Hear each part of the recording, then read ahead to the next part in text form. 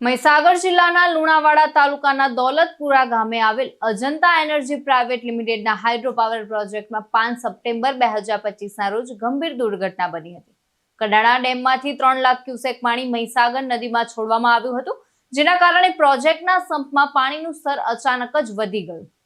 આ ઘટનામાં 5 યુવકો પાણીમાં ગરકાવ થઈ ગયા તો હાઇડ્રો પાવરમાં અંદર 12 થી 15 લોકો હતા, પરંતુ અન્ય લોકો બહાર નીકળી આવ્યા અને 5 યુવાનો પાણીમાં ગરકાવ થયા છે. હજી સુધી આ યુવકોની કોઈ જ ભાળ નથી મળી.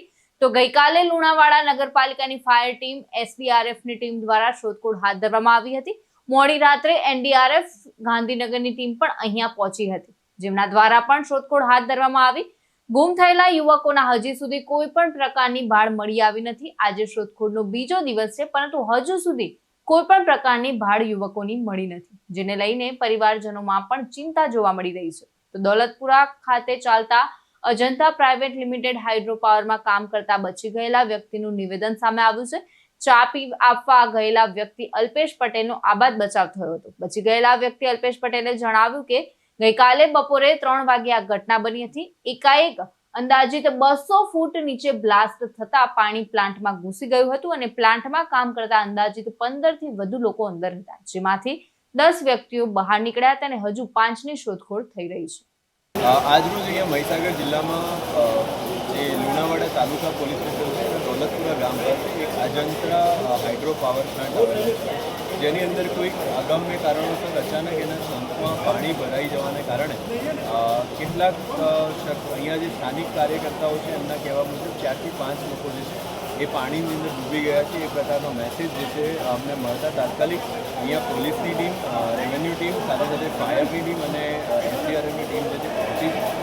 હકીકતમાં કેટલા લોકો આની અંદર ભોગ બન્યા છે, સાથે સાથે કે શું કારણથી આ કેઝ્યુઅલિટી થઈ છે, એ તમામ અંગે અત્યારે કામગીરી ચાલુ છે. ફાયરની ટીમ અને એસડીઆરએફની ટીમ દ્વારા જે લાપતા લોકો છે એમની બોડી સર્ચ કરવાનું કામ ચાલી રહ્યું છે.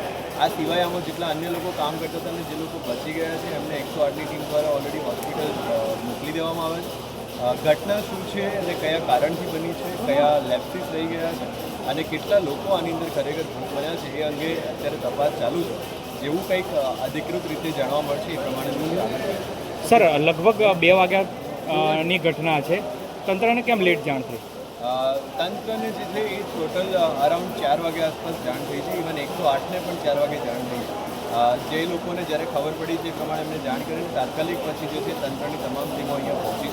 એટલે જેવું અમને જાણ થઈ જેવું તાત્કાલિક તંત્રએ રિસ્પોન્ડ કર્યું છે અને અત્યારે આપ જોઈ શકો છો એમ રાહત બચાવની કામગીરી પણ જે છે એ ફૂલ ડેડિકેશન સાથે ચાલુ છે. પાવર ઓરેવા કંપની જયસુખ પટેલનો હાઇડ્રો પાવર છે. અંદર કામ ચાલતું હતું મશીન રિપેરિંગનું. 15 જણા અંદર કામ કરતા હતા. તો આ લોકો લેવર પૂછેલું કે કેટલું પાણી આવવાનું છે કડાણાથી. તો એ લોકો સાચું બતાવ્યું કે 3 લાખ ક્યુસેક પાણી છોડવામાં આવેલું છે. 5 લોકો ડૂબેલા અહીંયા હતા. 15 જણા કામ કરતા હતા. અધિકારીઓ તો ઘનશ્યામ પટેલ હતા, દિનેશ દવે હતા, હા ભાગી ગયા. હા પછી ભાગ્યા. હાઇડ્રો પાવર જયસુખ પટેલ નો છે.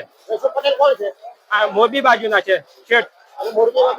હા, પુલની ઘટના બની, ઝૂલતો પુલ તૂટ્યો, એ આ શેઠ છે. હા, એ જયસુખ પટેલ. હા, અંદર નોકરી કરું. હા, હેલ્પર તરીકે મશીન રિપેરિંગ નું નોકરી કરું. એ લોકો કામ કરતા એ જ કામ કરું, પણ ઉપર આવેલો હતો, મલેપુર ગયેલો હતો હું.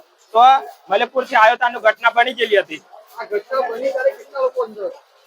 અંદર 15 જણા હતા, બીજા તો બહાર નીકળી ગયા. કે સીડી છે ને તો બીજા તરતા આવડતું આવ્યો તો તો બહાર નીકળી ગયેલા હતા. બીજોની દવાખાને લઈ ગયા. એવી ઘટના બની. 5 જણા અંદર છે. 2 વાગ્યાનો બનાવ છે. હા, બપોરે 2 વાગ્યાનો.